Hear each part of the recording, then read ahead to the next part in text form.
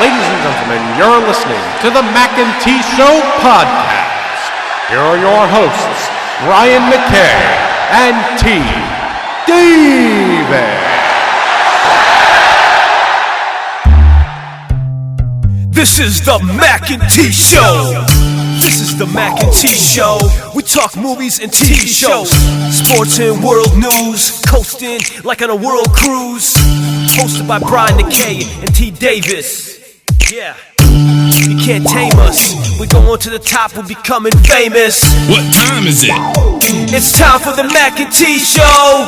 What time is it? I said it's time for the Mackay T Show.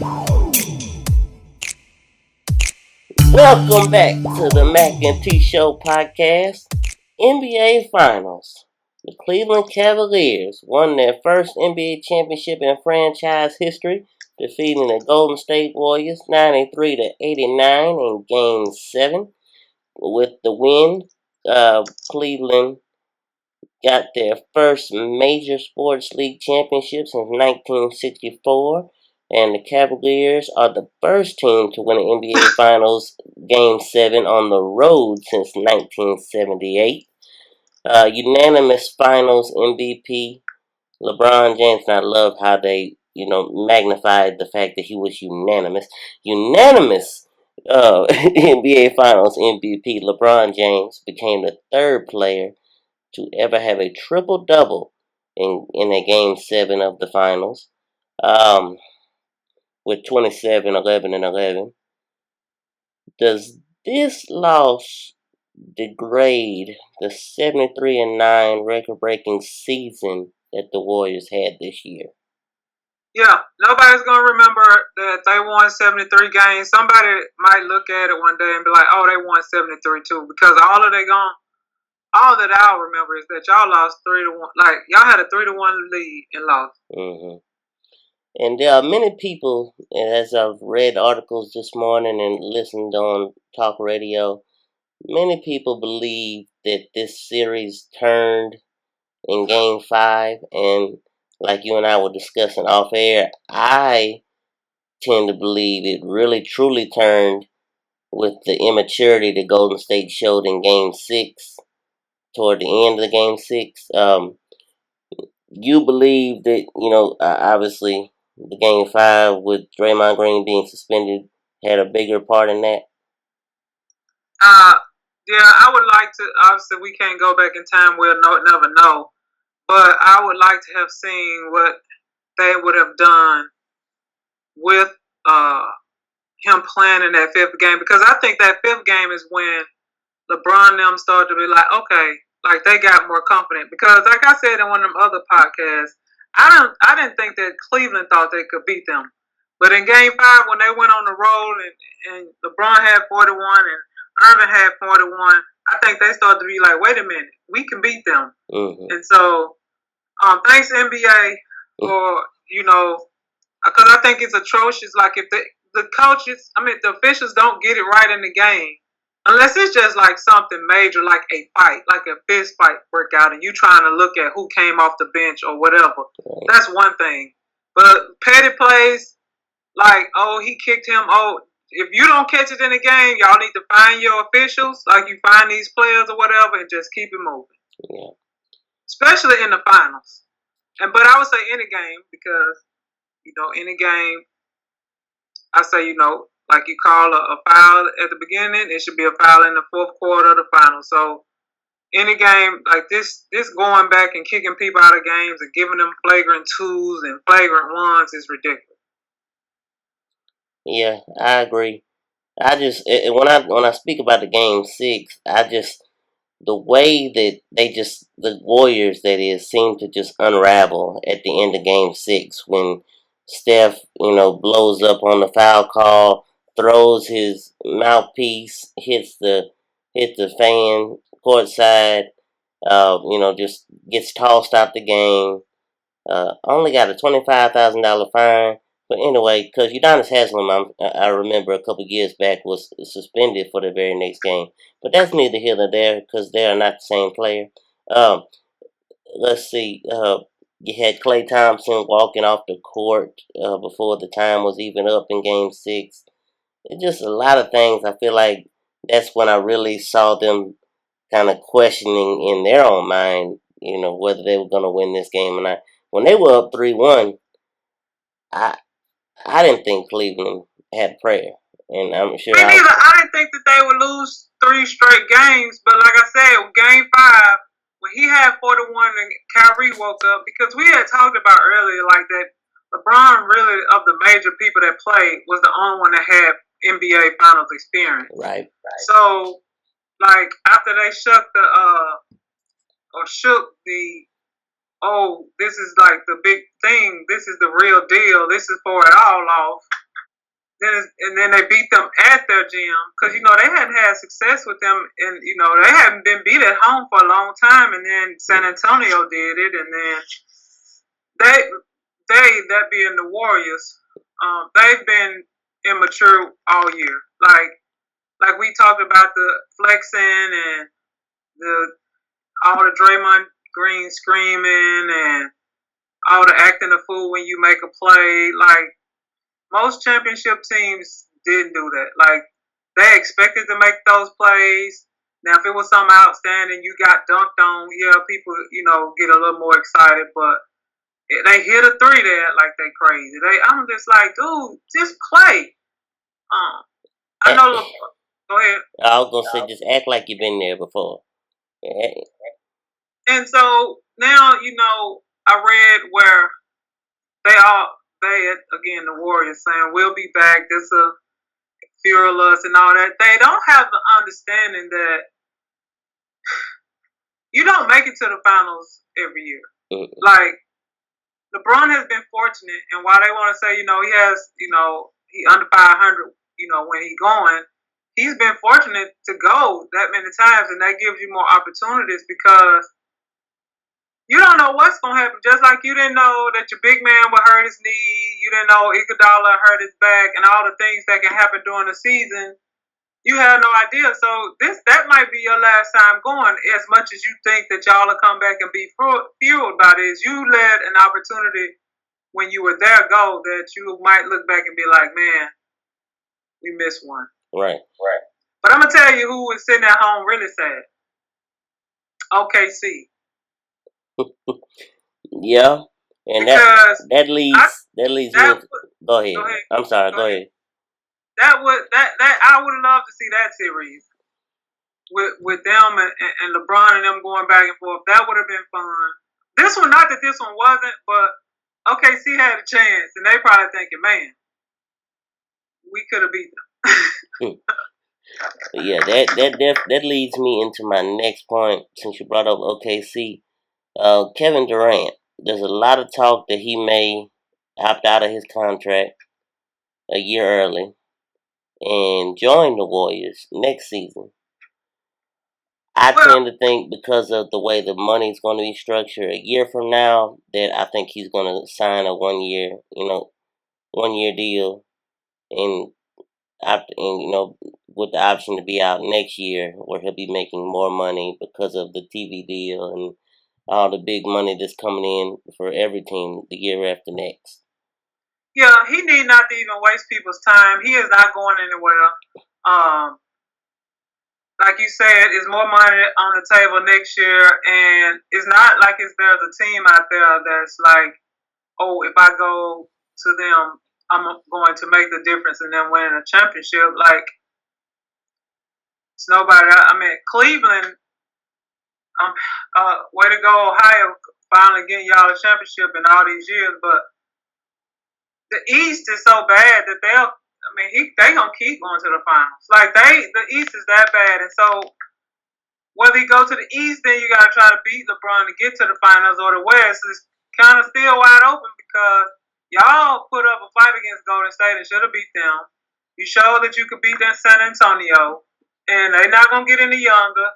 And Pop, they do a good job recruiting and whatnot, but they're not going to get any better. The Clippers, you don't know what's going to happen with them. They just the Clippers, and always something happens that keeps them from getting over the hump. So you might as well stay in OKC and make another run for it. with Westbrook. Speaking of staying or going, now that LeBron has quote unquote fulfilled that promise that he made when he came back to Cleveland, won that championship, do you think this could be a situation where he may want to get out there and see if there's a bigger market that he might go to, like a LA or a New York? He's not going anywhere. He has no reason to leave Cleveland. He runs that state pretty much. He has no he don't need a bigger market. He's like got $1 billion plus contract from Nike. Like, what bigger market is gonna help him? He's already filthy rich. Like, so anybody that's saying that is ignorant. Like, there's no reason for him to leave home now. Right. Like, so that don't even make sense. Yeah, I mean he's got the shoe contracts. He's got the production company. Right? And he is Mr. Ohio. So yeah, he got all kinds of commercials. Like, he don't need a bigger market. Yeah. Transitioning to this Thursday night, as now this season is over, so of course we look to next year. NBA draft coming this Thursday night. Let's see. Your Lakers have the second pick. Yeah, my Lakers. Go ahead. My Bulls have the 14th pick. We both have a vested interest in this draft. As far as with my Bulls, I would love it if, by the grace of God and the NBA conspiracy theorists, we were able to land a Buddy Hield or from Oklahoma or a Chris Dunn from Villanova. And I know there's a lot of talk with us. Chris Dunn, didn't he play at Providence? Probably, you're right. Yes, I knew I was. I have it written in my notes. I'm looking at it on the screen, and I told myself before we got on here this morning, I'm gonna say Villanova. I just know I'm gonna say Villanova, and I said Villanova. Providence, yes.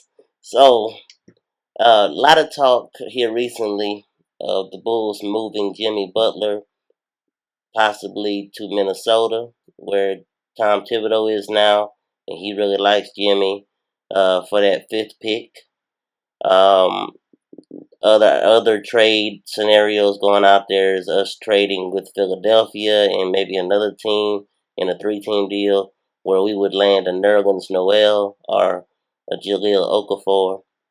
Well, let's just say this. And I talked to a Minnesota fan, and they, shout out Nick, they said with the way the relationship between the Minnesota's coach, whatever he used to coach for Chicago, right, and the GM, that wouldn't happen. That trade wouldn't happen with Butler because they don't even like each other enough to probably even have a decent conversation.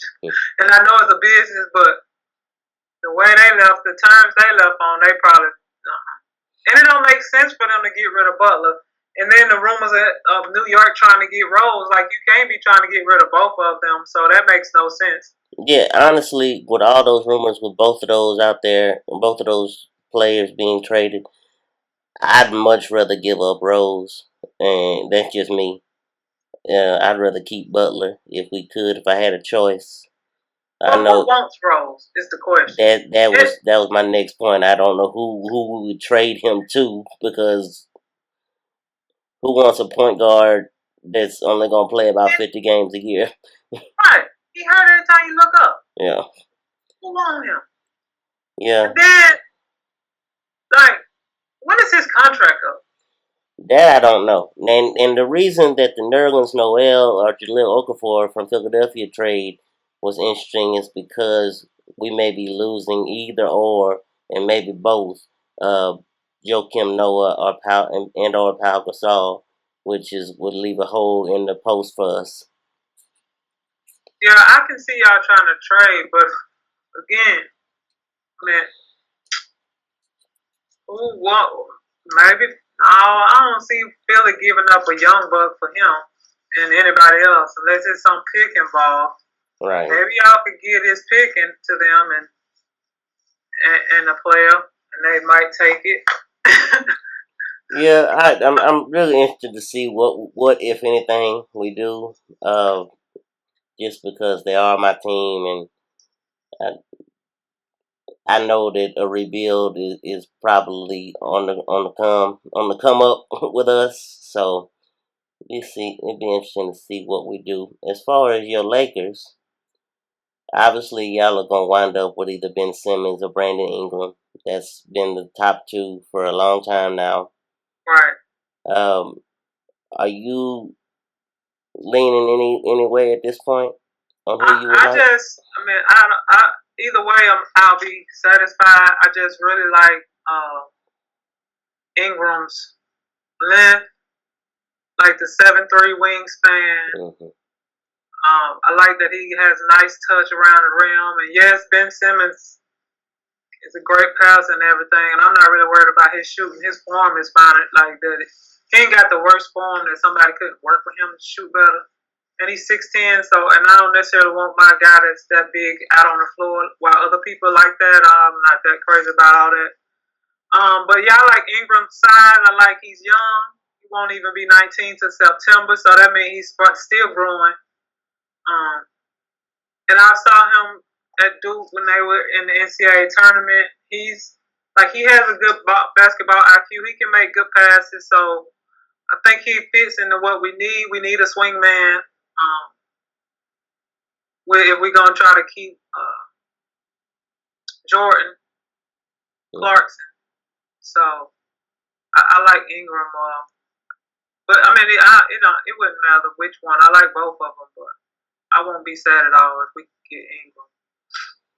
Yeah, I truly believe you guys will be in the running for some free agents in the next couple of years because of the fact that that black cloud is gone. Yes, the monsoon is blowing away.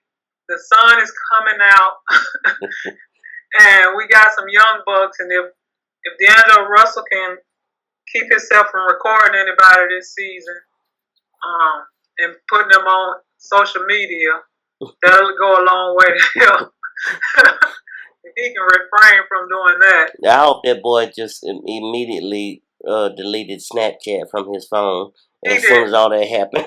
He didn't. Lord. He didn't even think it was a big deal. And then we got like a 38 pick, somewhere like that, 36 somewhere. So with that and all the money we have, who I would really like for us to get is Whiteside from Miami. Mm-hmm. I mean, as long as that injury he had ain't like something really bad. Right. But I like him protecting the rim. Now, if Durant wanted to go somewhere, that would be the place to go if they can find a way to keep Whiteside and the pieces they have. You talking about Miami? That would be him going to Miami? I don't think he's leaving this year, but if that was somewhere that if he would go anywhere, I would say go there because with him, you got Whiteside protecting the rim. You got Dwayne Wade that's just going to be tough. Dragic, finally showed, he got some toughness to him. But you knew it, but then it was he kind of faded during the season in Miami, and then, he showed his face in that last playoff series. Yeah. Which I think they would have won if they hadn't, Whiteside hadn't got hurt. Right. Against Toronto. And if I think that would be a good place. If Bosh comes back healthy. Bosh not playing again. You can stick a fork in that. You think he done? Yep. You would be crazy to take a risk, in a team, because then they'll be trying to sue the team, saying they knew. While on the other hand, he's been trying to get doctors to clear him. So I wouldn't touch him with a 50-foot pole. Yeah, it's going to be interesting to see, obviously, what happens with the draft. I think this could be one of the more interesting drafts we've had in the last couple of years. Yeah, because I want to see where this kid Thumb Maker goes, the Australian dude, the super tall dude. Yeah. And it's going to be probably some trades made. Now, some people had that Buddy Hield would go in that number 4 spot, but somebody else got this 7'1" guy from Israel, Dragon Bender. Bender, yes, I read up about him the other day. So That'll be interesting. They actually need some size. They do not need Buddy Hield. It's not like they guards don't, hold it down. They fine guard wise. They need some big bodies. But this dude 7'1" and 216, so he definitely is not a big body. Well, that is going to bring us to our first break. We'll get into much more on the other side. This has been the Mackay T Show.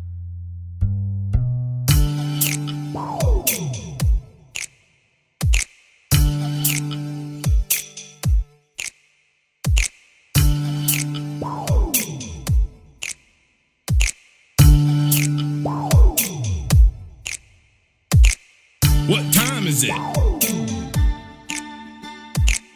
What time is it? Welcome back to the Mackay T Show podcast. WWE had its latest network special last night, the 2016 Money in the Bank, which came to us live from Sin City, Las Vegas, Nevada. And if Las Vegas is the place where what happens there stays there, well, I hope that what happened in this show doesn't stay in Vegas, because I thought this show was great, and I hope that the momentum that the WWE is generating can be carried throughout the summer and beyond. Let's go ahead and get started with the matches. First up, we had the Tag Team Championship Fatal 4-Way, which saw the champions, the New Day, versus Enzo and Big Cass, the Club, and the Vaudevillains. Let me just say, wherever or whenever the New Day and Enzo and Big Cass are involved, I automatically love it. No matter what happens, it's always one of my favorites because I love both of those teams. There was a lot of great action throughout this match. Somewhere around the middle of the match, the referee botched a 3 count.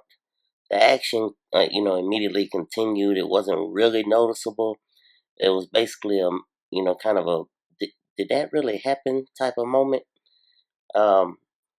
When at the point where the action was just hot and heavy, all the majority of the wrestlers were outside the ring. When Big Cass tossed Enzo on top of everyone, I almost jumped out of my chair. That was an awesome spot. Big time move by those two. The New Day would go on to retain when Big E hitting the big ending on Luke Gallows and getting the pin. This was awesome, a great way to start the show. Got the crowd really going. Looks like they may be trying to give the New Day a shot at that longest reign in tag team championship history, which I believe is due to come around the Battleground Network special next month. So that'll be interesting to see if they keep bringing that up. Next up on the night, we had we had a singles match between Andre the Giant Memorial Battle Royal winner, the Lone Wolf Baron Corbin, against the show-off Dolph Ziggler. This is basically the third installment of this match, and I call it the third installment of the low blows, which both competitors have used low blows recently, with Corbin using it at Extreme Rules, and then Ziggler using it real quick to end the match on Raw a couple weeks back. This was the first time that Corbin and Ziggler have faced each other on the main card, with the other two previously being on the pre-shows. Of the 3 network special matches between these two, this was by far my favorite, probably the most physical. Corbin winds up getting the win with the End of Days. It'll be interesting to see where they go with Corbin after this series. With Dolph, it didn't really sizzle as much as I'm sure they would have liked it to. But I thought that pairing him with Dolph Ziggler was a great way to introduce him to the fans and to get his career started on the main roster. But it'd be interesting to see where they go with him, because there's a lot of options there, I believe. The very next match is the WWE. It's a tag team match with the WWE Women's Champ Charlotte and her partner Dana Brooks taking on Natalya and the Irish lass kicker Becky Lynch, my all-time favorite diva. I love Becky Lynch. Natalya, at this point in her career, is just an old grizzled veteran, old pro. She's always, holds it down, holds her own in her matches. Becky and Charlotte, awesome in the ring. They always have great chemistry. Charlotte and Dana get the win, and as Becky and Natty seem to kind of run into each other, have a little miscommunication, and the champ was able to hit the natural selection on Natalya and get the pin. In a shocking turn of events, and what really this match will be known for was in the post-match. There was a situation where Natalya blindsided Becky Lynch and proceeded to beat her down and really just walked out on her partner. Just interesting turn of events, like I said, with Natty going full heel in this program, and clearly going to have a program with Becky Lynch. This could bring about some very good matches, and I'm interested to see where it goes. Natty hadn't been heel in quite some time, so don't know how long that'll last, but it'll be interesting to see where they go with it. And when are we going to see Sasha Banks back? The boss, clearly, obviously there have been reports of her having concussions, and be interesting to see when they bring her back into the fold. But all in all, very good match. Fans seem kind of out of it, kind of tired of, the whole Natalya versus Charlotte series that's been going on the last couple months. Yeah, so it'll be interesting to see what they do on Raw to further and see where the Divas go from here. In the next match, we have the Celtic Warrior Sheamus versus the newcomer Apollo Crews, the NXT star and former, independent star. Let's see, this rivalry all started because of Sheamus attacking Crews during an interview weeks ago and claiming he's out to destroy all the New Era guys. For Crews to have Sheamus as his first opponent for his first main roster feud, it's a big deal for the young and talented star. Sheamus's hard-hitting style, battling the high-flying and agile Apollo, had all the makings of a possible show-stealing match, and while they didn't necessarily do that, the crowd really didn't get invested probably as much as they wanted them to, but they didn't disappoint nonetheless. Crews picked up the victory by rolling up the veteran for the pinfall, which I think signifies that this feud may go on a little longer. But if this is the end of the feud, I wouldn't mind seeing Apollo Crews face probably someone like a Baron Corbin who was in the match, like we discussed. What would be next for him after his Dolph Ziggler feud? Wouldn't be too big of a deal to see that feud on the main roster. I know we saw it before in NXT, but Apollo Crews and Baron Corbin, two New Era guys, it will be a heck of a match to see. So I don't be interested to see where they go with both of those guys. Next up, we have the phenomenal,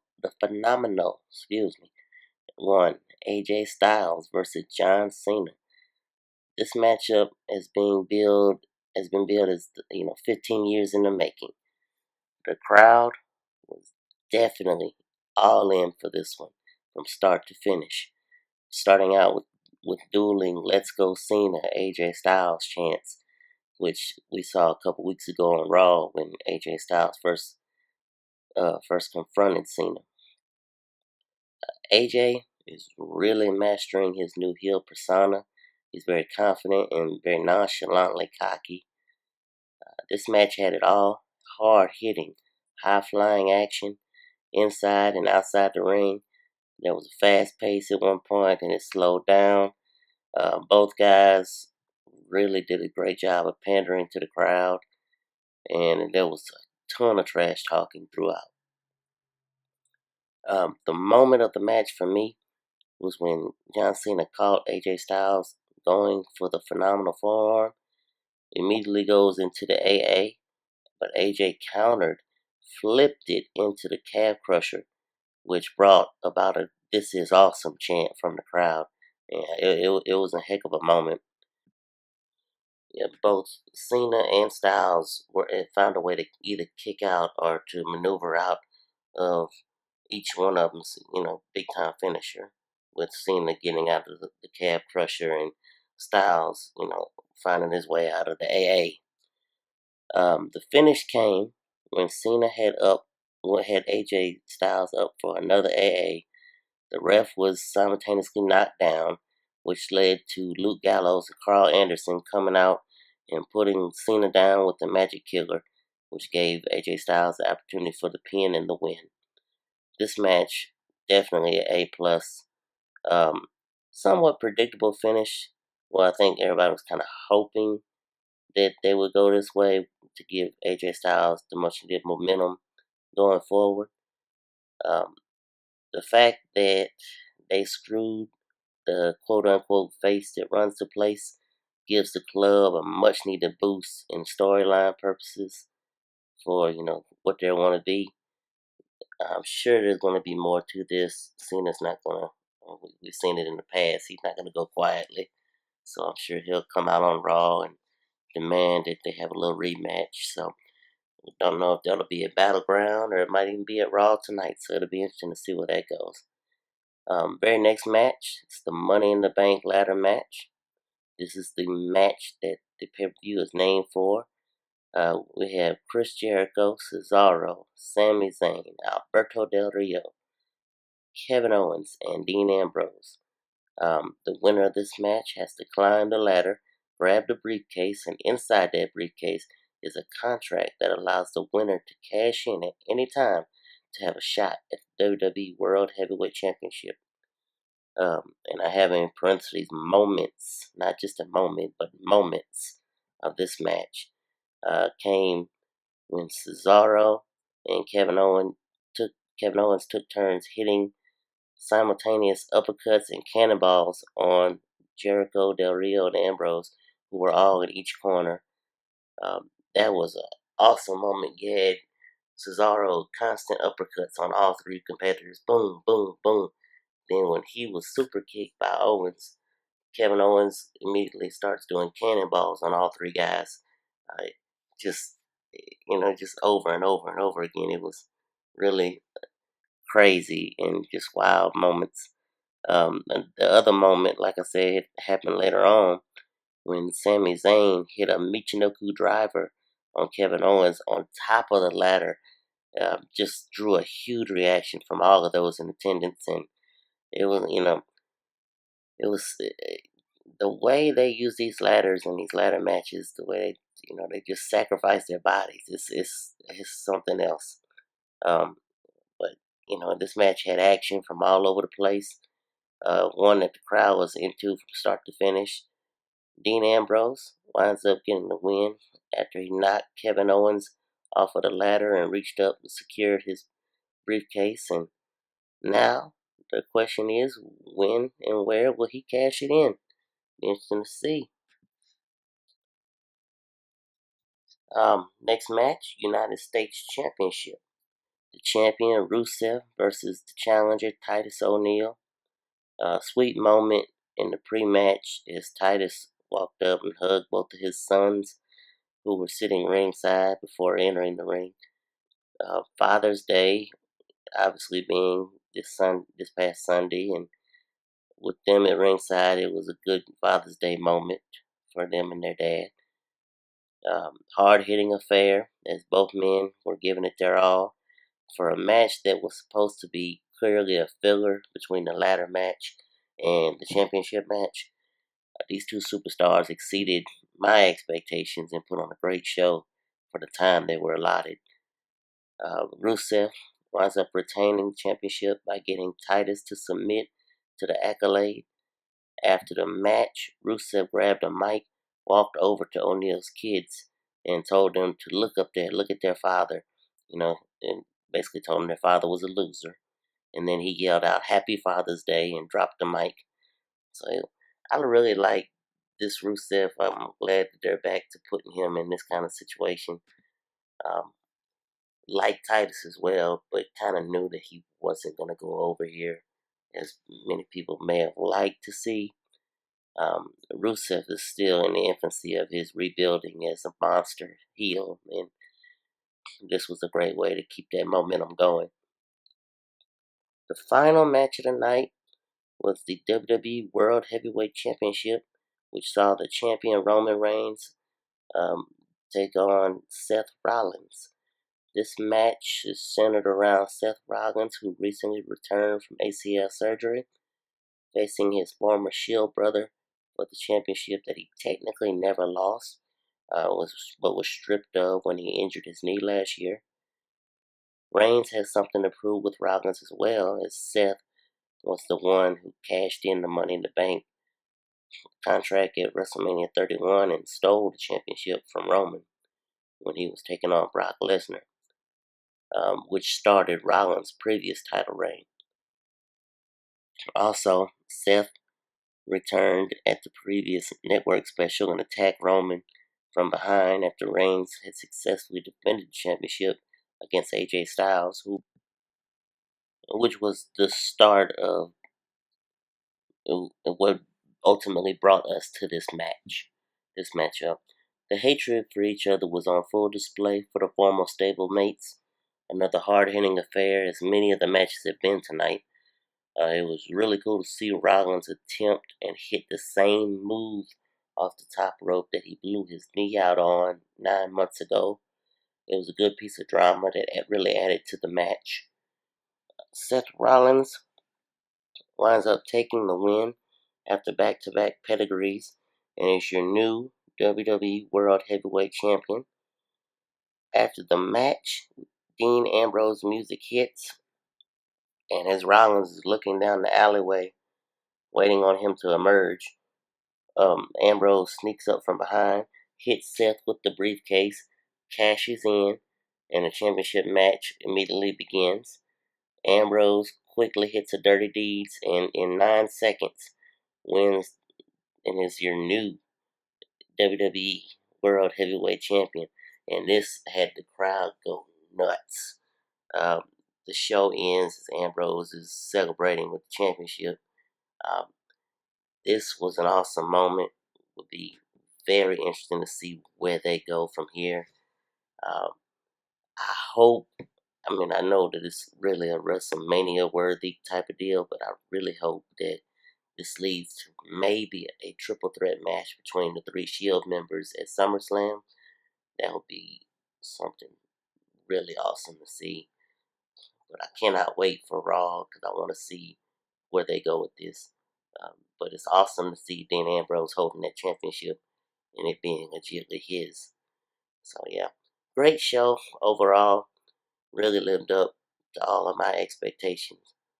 Kept my interest throughout the night. But yeah, can't wait to see what's next. Thank you all for listening. We'll be back with much more on the other side with the Mackay T Show podcast.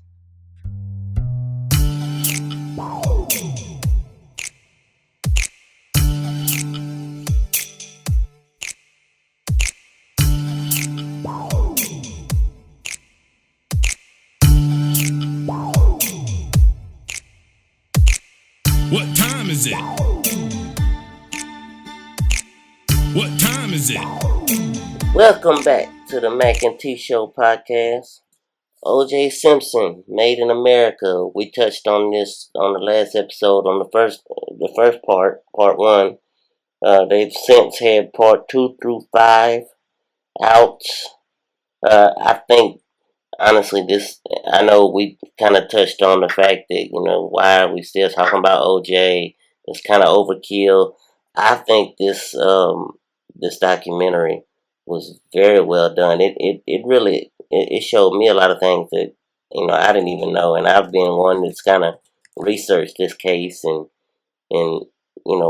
back when we were watching the FX series, and just this documentary did a lot for not just focusing on OJ, but did a lot of focusing on other things going on around that trial and around, the murders and the time frame of, you got the Watts riots, you got the police brutality, you have so many different things going on at that time, leading up to OJ being, investigated, being on trial. It did a lot of showing outside of just OJ. It wasn't just all about OJ, which is what made it very good to me. What did you think?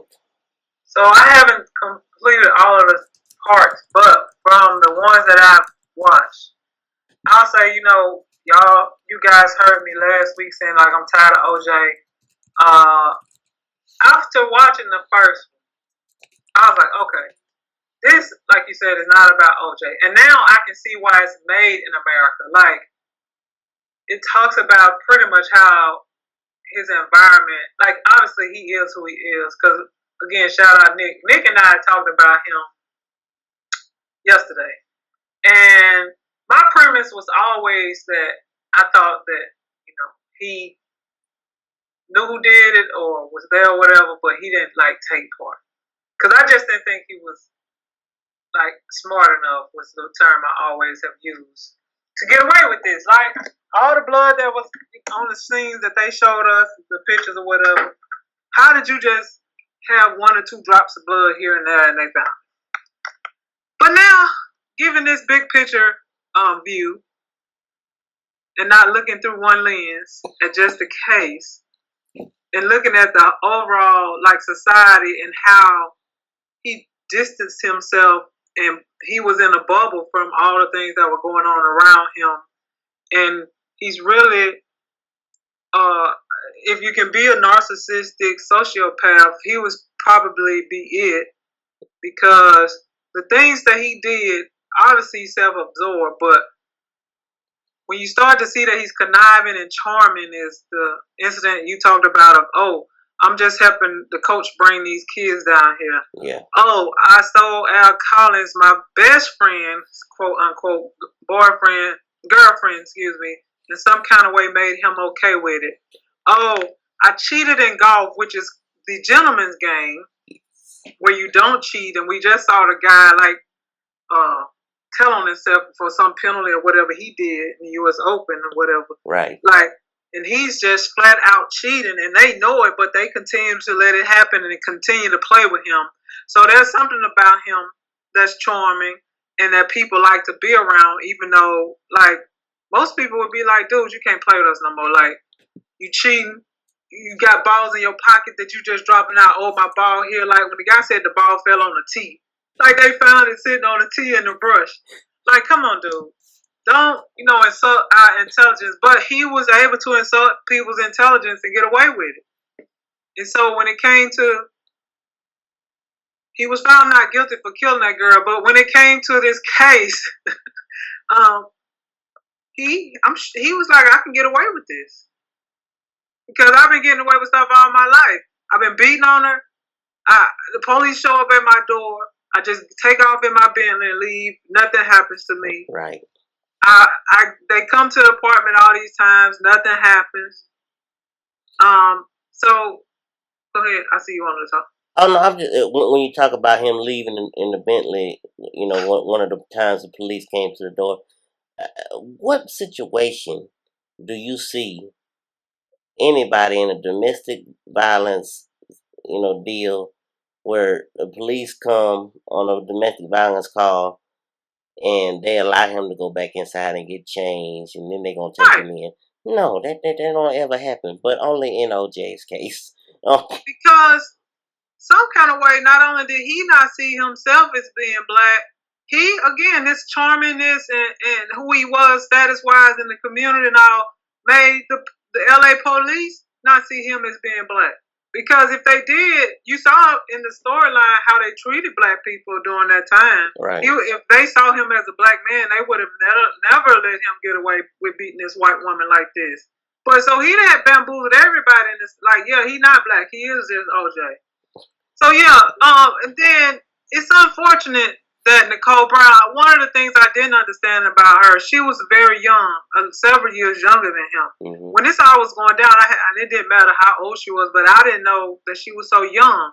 And so when the veteran situation came up and he talked, it was an ESPN show. I still can't think of the name with it. The dude with the black hair, slick back.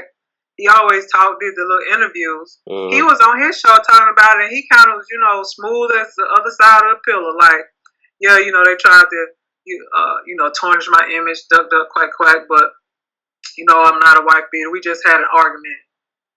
And to speak to how, and I don't want to use the word deviant, again, cunning he is, when his friend that was the police officer, what was his name? Ron Ship. When this man deals with domestic violence, like that sound like one of his areas of that he worked on as an officer. He said himself, OJ had all the signs of being a wife beater. Like, but OJ was able to talk him into telling Nicole not to leave during one of these times she wanted to leave. Mm-hmm. So how cunning and smooth is he? Yeah, and back to, you brought up him being kind of a sociopath. He held steadfast to his belief and was very, very adamant that every time he would beat her, every time, anything would happen between them two, he had people believing, or was trying to make them believe it was her fault. Like she was the one to blame. She attacked him and scratched him, and he was just holding. But all these pictures that we see, she got knot on the side of her head, scratches, big old bruise under her arm. Dude, are you serious? So again, after seeing just those first two, everybody's told me like it only gets worse, basically. But seeing those things, it was like, yeah, he definitely could have probably did. That's what I'm gonna go out on a limb. I don't know, but the Lord will judge him for that. But if somebody asked me, I would change my position. No, I don't think he had something to do with it. Yeah, he is cunning and conniving enough and manipulative enough to have done it and hid the clothes and did all that and thought through that. Now, on a different perspective, the watch riots and like when this all broke out after the King verdict came down, I did know that the police weren't allowed to come in and do anything. Like they were told not to go help the guy that got pulled out of that truck and was getting hit in the side of the head with a brick and none of that. And I was like, really? Right. Basically, they just were told to sit back and let them beat each other to death. And then the case where the Asian lady shot the black young girl in the back of the head and got 5 years probation. By the end of part 2, my spirit was so vexed. I was like, I gotta stop watching this because I was just like, this is ridiculous. Like, there's no way if that's a white kid that if she shoots this white young kid in the back of the head, that she gonna get some 5 years probation and 400 hours of community service. Yeah, that's another thing I do like about this documentary. It takes you on an emotional roller coaster. Like you said, after you were done watching that portion, you were upset. The next one, it'll almost feel like, okay, we on the come up. As far as you being African American, things are getting looking, yeah, and then bam, we back down again. I mean, it's up and down, up and down, up and down. What I do like, I like how they ended it with the fact that him going through everything he went through, him now living in Florida. He goes to Vegas, saying he's going to Vegas for a wedding when he's really going there to rob his people, rob those people that supposedly had all his memorabilia. When winds up, none of his memorabilia was there. It was a bunch of like pictures and stuff that this guy had that he brought. And this guy knows OJ from past signings where he's got OJ's, he has signed a bunch of stuff for him. So he's thinking him and OJ are friends. When OJ busts in there with his crew, I mean, he don't think nothing about the fact that they're robbing him. He's thinking he's there, hey, OJ, long time no see, blah, blah. And, yeah, and he was set up from the jump in that situation because the guy he was involved with that was kind of brokering the deal. Because OJ, no, the guy that had all the stuff didn't know it was going to be OJ. He just thought it was an OJ fan that was coming to meet him. And winds up, it's OJ and his crew. But the guy that was the middleman in between the two of them, he recorded the whole situation. And yeah, he was recording it to, have his own back, but in case things got bad, which they did. But I mean, he set up OJ from the jump. I mean, he had everything recorded. It was a situation where you could hear very clearly OJ giving out orders, the other people giving out orders in the room, and then it turned bad when some of the other people that were with OJ's crew starts not only taking anything to do with OJ, they start taking other memorabilia that had nothing to do with OJ. That's what really got them in trouble. They start stealing all that stuff. They start, brandishing guns, and it just turned into a whole mess. And now he's in jail for all that. He's up for parole in 2017, and there has been talk. This wasn't really mentioned in the documentary, but there's been talk that officers that have been around him in jail are coming out and saying that they believe he's gonna confess to the murders when he gets out of jail. Well, honey, he don't have to confess because I'm telling you, if anybody in their right mind saw what I see, this dude, he ain't got to confess. And it makes sense, like, the things that they talked about, even in the FX one, when it was just more about the case. Mm-hmm. Like, the LAPD were bad, but they weren't just carrying around his blood or whatever to put in spots or whatever. So, I mean, they made some critical errors, and they probably did some dirty stuff to try to, make, a stronger case. But at either rate, all the dirt that they had done in the past came back and bit them in that case. Yeah, and the way they handled the evidence was bad. I mean, I'm not saying that they planted anything, but the way they handled it gave holding stuff up at your house. You can't hold evidence at your house in the car, wherever you say you had it. Right. I mean, it gave you a cause to pause and to think, okay, well, maybe they, could have done this, could have done that. So the way they handled that situation was bad. Then, the prosecution was, it's almost like, okay, we got this in the bag, so we're not going to take into account that OJ is who he is. It's almost like they were so convinced they were going to win with all the amount of evidence they had that they didn't take into account him being who he was in the community. And if they could go back and see this documentary and have some perspective, they would have said, we got to do something. Yeah, they would have been a lot more aggressive in their approach. The biggest thing for me, I think one of the turning points, and probably one of the biggest turning points, was what Cochran's savviness enough to know that we have got to change this man's home. Because those black people would have went in there and saw, no, he doesn't think he's black. He think he's white, and that would have worked against him. Yeah. And he didn't think he was black, which we know that now. But them changing that house, that played a big role, because when they did it in the movie, I mean, in the little thing, I didn't think much of it. I was like, okay.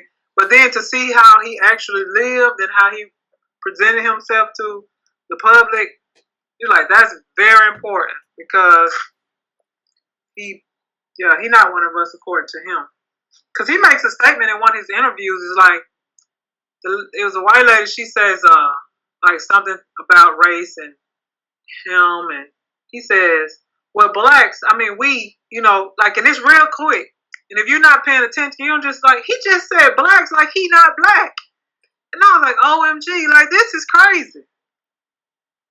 Yeah.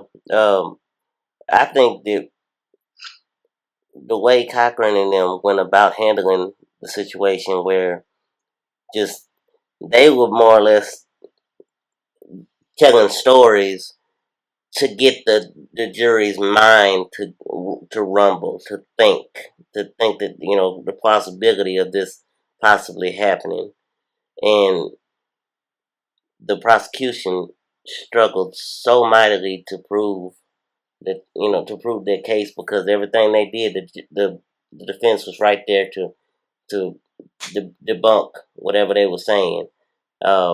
Mark Furman played a huge role in losing the case for the prosecution just because of his past. And honestly, they should have never used him in the first place. Well, and the guy kept telling her that. Yeah. But she was on, and he was adamant about it. And I don't doubt that happened in real life. Like, some of that stuff we know didn't happen after we find out after the fact. But I don't doubt that didn't happen. And because of who she is, and she didn't have the perspective that he did as a black man, like, dude, this guy's not going to bode well being on this, going up to be questioned for us. And also, when it comes to Christopher Darden, he was constantly adamant that they shouldn't use Mark Furman. He had his own flaw when he let the defense get in his head and have OJ try on that glove. Like, yes. that was a setup from the jump. They knew that he hadn't been taking his arthritis medicine. His hands were really, really swollen, and that glove wasn't going to fit him no matter how they got him tried on. So they just needed the prosecution to be the one so they could go ahead and swing it their way. So and they got what they wanted. That kind of stuff right there was just bad. But in the end, while he thought he got away with it, we all got to answer for our sins. He got a lot more to answer for than some other people will. But yeah, that was crazy, and I just hope that it's probably a trigger for several women and men that have been assaulted or whatever, just to see how light the police made of it, just because of who he is. Mm-hmm. And I'll be interested to talk to you when you're able to watch the rest of them, because I want to get your take on the fact that how OJ lived his whole life, being quote unquote not black. But by the end of this documentary, you're gonna see him be real urban. he completely changes who he is and what kind of person he is. But he doesn't change. He's a sociopath, so he just hides his emotions and does what he wants to do. I don't know that he have any emotions, but he good at getting what he want out of people. So he talked about, he was raised in wasn't he raised in not necessarily a project, but not a good area? Because in one of the parts, he asked the guy, like, you would go back to the project? And he was like, yeah, the dude with the real raspy voice. Right, Because he said he kind of stopped talking to him about that. He said that. Yeah, the friend. Yeah. I really liked the way they put all his friends in there like that. That gave a lot of perspective to who he's been his entire life. Yeah. This shady dude, like, running around cheating, stealing, conniving. These bruises on this girl, she ain't hit herself. And good God, the graphic photos from the murder scene where her head is almost completely, what's the word? Bashed in. Oh my God! It's almost completely collapsed, like where you don't. Almost completely off her shoulders. It is completely almost Decapitated. There you go. My mind's not I didn't see that yet, so I hadn't gotten to that. So yeah, my friend who works in this kind of work, she was saying she couldn't watch that part because, again, she does this kind of work, and I'm sure that's a trigger for her with the clients that she supports and all, and seeing this and knowing that he got away with that for now. Mm-hmm. Yeah, I haven't seen that part, but it's crazy out here in these streets. I done told y'all. And I got a poem, I wish I had brought it, about how, women chase after these athletes. You don't know who these guys are.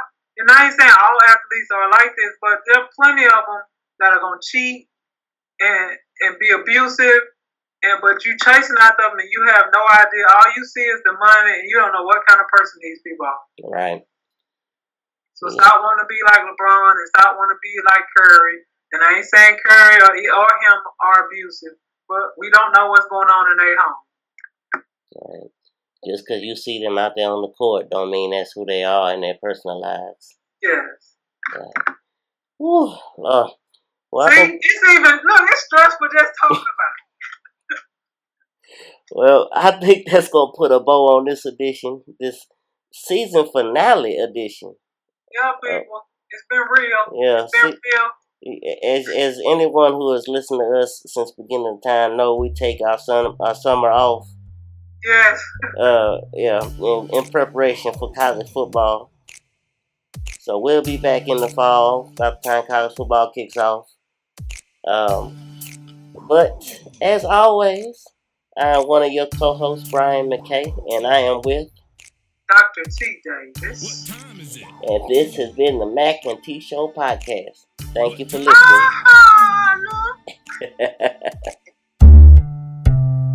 This is the Mackay T Show.